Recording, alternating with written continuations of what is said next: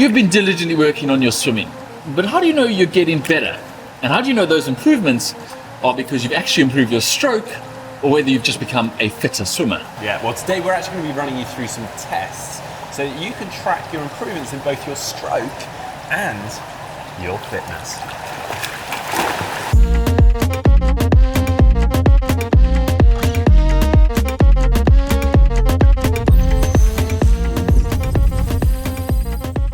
Unfortunately, when it comes to swimming, progress is hardly ever linear. You put in weeks of work and see almost no progress, and then hopefully one day it all clicks and you're suddenly swimming 3 to 4 seconds per 100 faster. We get it. It can be frustrating, but stick with it because every session does count and you will see improvements.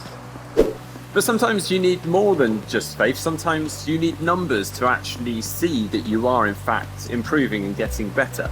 But how do you get those numbers? How do you test your swimming, and how do you know that you're ready for your next event? Well, today we're actually going to run you through some common swim tests and highlight which ones might be useful for you. But before we do that, why not check out some of our other videos so we can help you with your swimming progress. And once you're at it, give this video a like. Well, when you think of a fitness test, the first thing you probably think of is an actual fitness test, you know, like you see in the lab for cycling and running, where you're measuring your oxygen consumption. And these actually do exist for swimming. Unfortunately, there's so much equipment that you require, including like a flow pool and oxygen consumption measuring device that you can use under the water, that they are wildly impractical for swimming. And even if you did have all of that stuff, the oxygen mask and the pipe attached to it would probably change your stroke so much as to make the test all but invalid.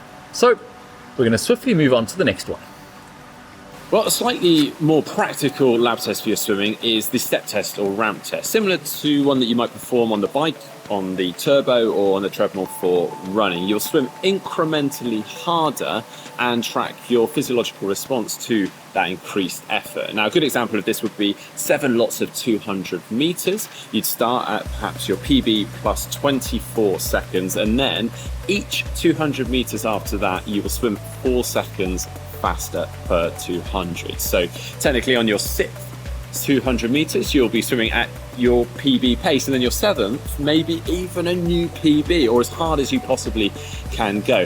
And you will track your heart rate, your RPE, your stroke rate, and if you can, your lactate for each of those efforts. And at the end of that, you'll get a full, complete picture of your physiological responses to those different speeds and those different efforts. However, it still isn't an easy at-home DIY test.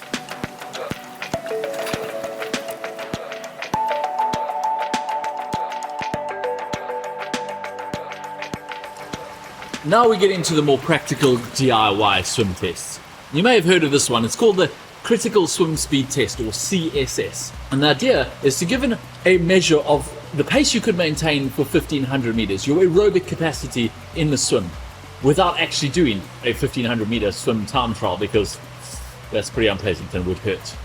This number or pace is very practical for people who are actually swimming 1500 meters in their race, or 1900 meters in a half Ironman, or 3800 meters in a full Ironman. But it's actually practical for all swimmers because CSS works a bit like your FTP on the bike.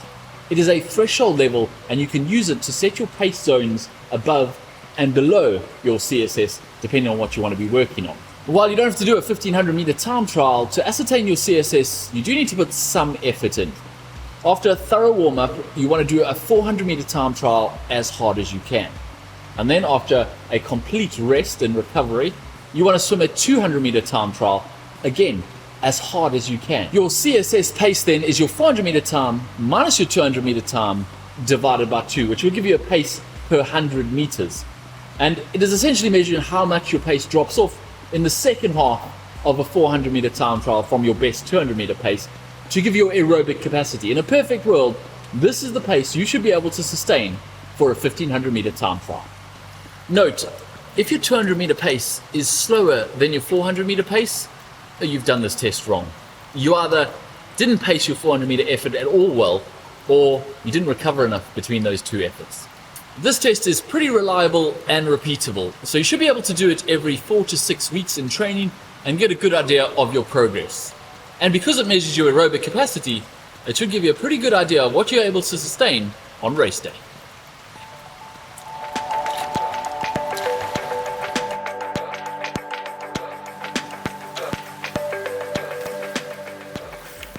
course, you could just keep it simple and do a good old time trial. For this, you're going to want to do a good warm-up, get yourself nice and warm and ready to do a time trial. And then you'll do a time trial over a specified distance that then you can repeat on a regular occasion.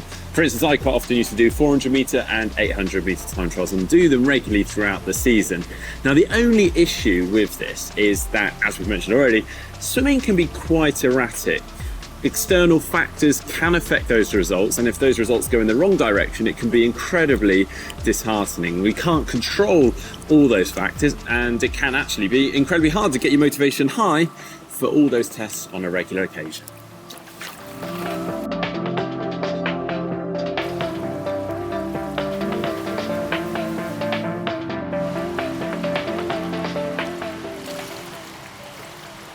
Another simple way to record your progress is to simply repeat a session.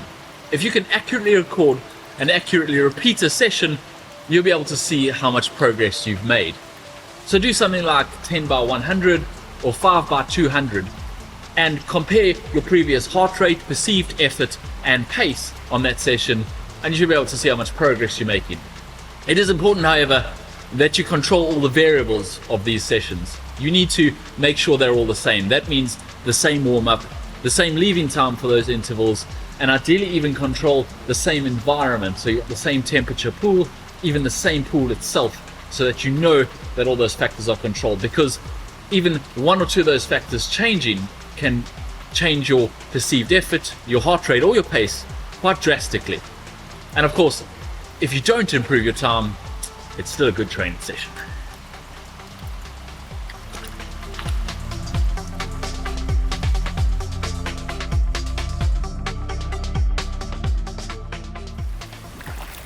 Now, there's actually another measure that's worth mentioning for swimming too, particularly if you've been working on your swimming stroke. Now, this one isn't really a swimming test, more of a measure of your swimming efficiency. Now, this is called SWOLF, previously known actually as your index score. Now, SWOLF stands for swim golf, as the goal is basically to get the lowest score possible. It's actually built into a lot of wearables and swim devices now and calculates this automatically for you and displays that for you, but it's actually pretty simple for you to calculate yourself too. Simply count the strokes it takes you to cover 25 meters or 50 meters and record the time it takes, and add the seconds to the strokes to give you a number.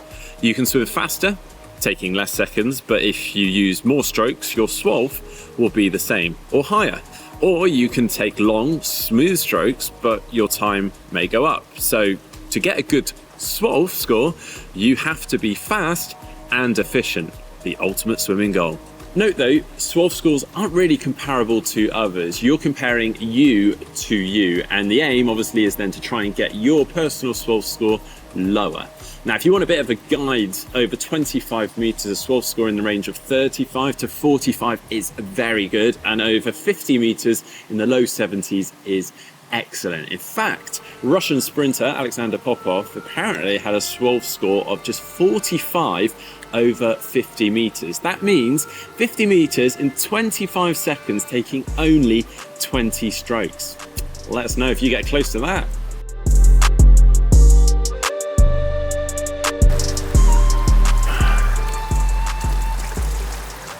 It's great to be able to track your fitness and see those improvements in your swim, but don't get too hung up on fitness tests. The real fitness test is the event you're training for. Yeah, consistently put in the work and you will see results and improvement. But we hope today we've given you some guidance on how you can assess your swimming.